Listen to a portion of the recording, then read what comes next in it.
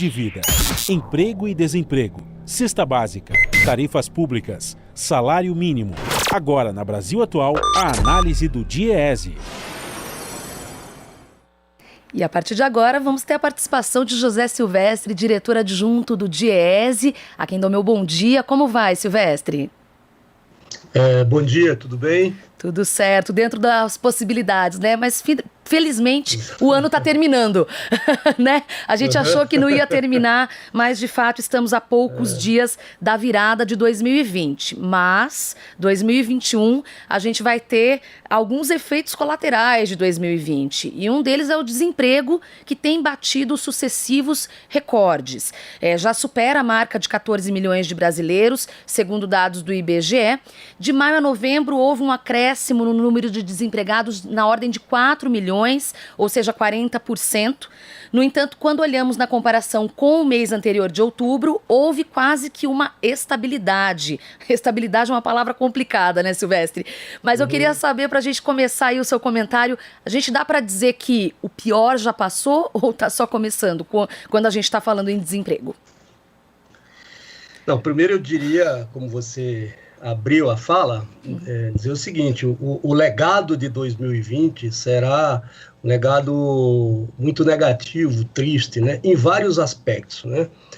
E esse ao qual você se refere, que é a questão das condições do mercado de trabalho e particularmente o desemprego, esse tende a piorar, né? E a gente, olhando os dados aí divulgados pelo IBGE, a gente tem notado, né, que sobretudo ali a partir de setembro, que o mercado de trabalho piora, a taxa de desemprego aumenta, né, portanto a desocupação, e isso deve permanecer em 2021, né, porque você tem aí primeiro que você tem aí dois aspectos fundamentais que devem influir muito nessa questão, que é o seguinte: você tem, de um lado, a perspectiva de o fim efetivo do auxílio emergencial, que está apontado aí, né, para o começo do ano, ou seja,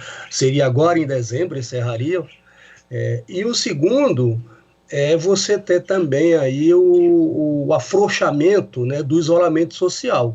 Isso faz com que as pessoas voltem a procurar emprego, né?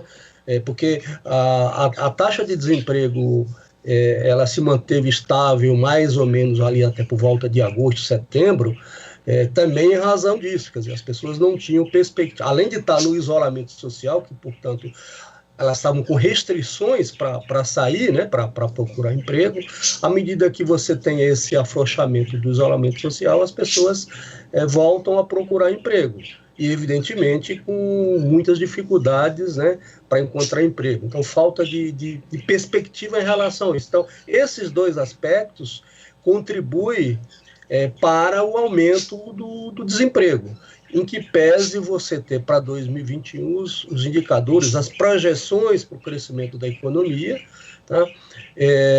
Isso será certamente insuficiente para fazer frente à necessidade que a economia tem para gerar postos de trabalho na magnitude que seria necessária para minimamente aí amenizar a situação de desemprego das pessoas. E, sobretudo, as pessoas que mais sofreram foram as pessoas, estão sofrendo, né? São os chamados trabalhadores do mercado informal. Sobre isso, inclusive, eu queria justamente perguntar a questão da informalidade, né? Porque a gente vê pesquisas sobre ocupação, desemprego, mas há uma grande parcela das pessoas que caiu na informalidade. Então, como mensurar isso, né? Considerando o que você já apontou, que haverá o fim, há o fim do auxílio emergencial, que injetou artificialmente, mas foi fundamental, né, o dinheiro na economia, porque a gente está falando de poder de consumo. Mas e essa questão da segurança do trabalhador, né? Porque, como eu disse, a informalidade, acho que a gente vai demorar muitos anos para entender esse processo de informalidade também no esteio desse desemprego, não é, Silvestre?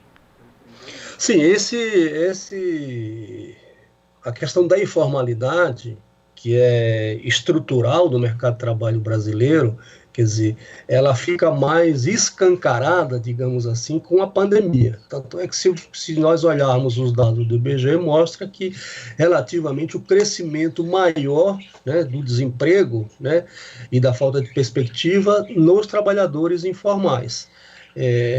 Além disso, você teve, né, isso, como eu falei, só se agravou na pandemia, mas a gente observa, a partir, sobretudo, ali da reforma trabalhista no final de 2017, né, quando ela entra em vigor, em novembro de 2017, a gente observa que há uma piora das condições de trabalho, há uma piora, quer dizer, uma precarização do mercado de trabalho, né, e ela vai se aprofundando a partir de agora da crise pandêmica, a partir de março, abril, enfim. A gente tem uma evolução, digamos, dos índices, né, da informalidade. E aí eu estou me referindo não apenas à taxa de desemprego, né, mas o que efetivamente essas pessoas sofrem mais, né, porque tem maior dificuldade. Você olha, por exemplo, uma dimensão importante aí, que é um dado do mercado de trabalho, é um dado da pandemia, que é a questão do trabalho em home office, né? Quer dizer, esse trabalho em home office, por exemplo, quem é que vai entrar em home office? Na verdade, são os trabalhadores do mercado formal, tá certo? E naquelas ocupações que permite esse trabalho remoto. Então, isso não atinge, ou se atinge uma parcela ínfima, né, dos trabalhadores informais. Sem dúvida. E para terminar, a gente está vendo, então, enfim, todo esse cenário que você está me ajudando aqui, ajudando os ouvintes a compreender, né? Infelizmente, um cenário pessimista. Me preocupa, com relação ao poder de consumo e o fim do auxílio emergencial, a questão do endividamento. Como conseguir equacionar isso? É possível no curto prazo? Porque as pessoas têm fome, as pessoas têm emergências e com o fim do auxílio, eu imagino que a taxa de endividamento, deverá aumentar, não é? Ou não? É provável que sim, que cresça o endividamento das famílias, até porque, o que ocorre?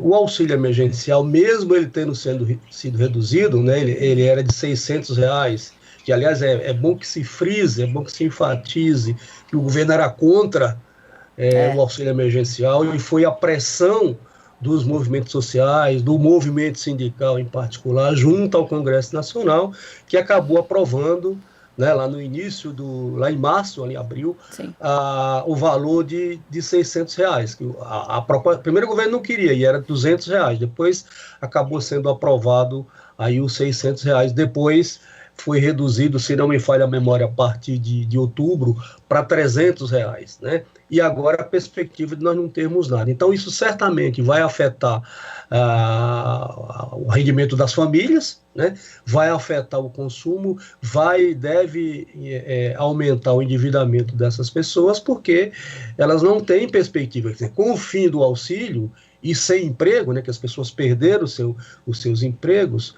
né, é uma situação crítica e que, portanto, vai também aumentar a desigualdade, vai aumentar a miséria, né? Porque o auxílio emergencial, não há dúvida que ele teve uma contribuição importante, inclusive para que a queda na economia não fosse tão acentuada, né?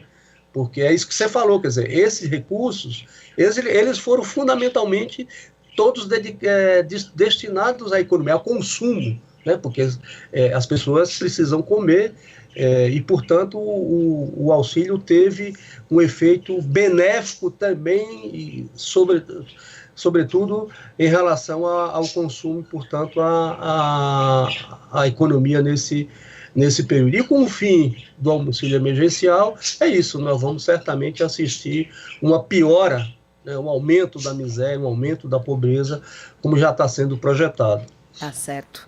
Bom, esse foi José Silvestre, diretor adjunto do DIEESE. Muito obrigada pela participação, Silvestre. Até uma próxima. Até. Bom dia para você. Bom dia. Você está ouvindo Jornal Brasil Atual. As notícias que os outros não dão.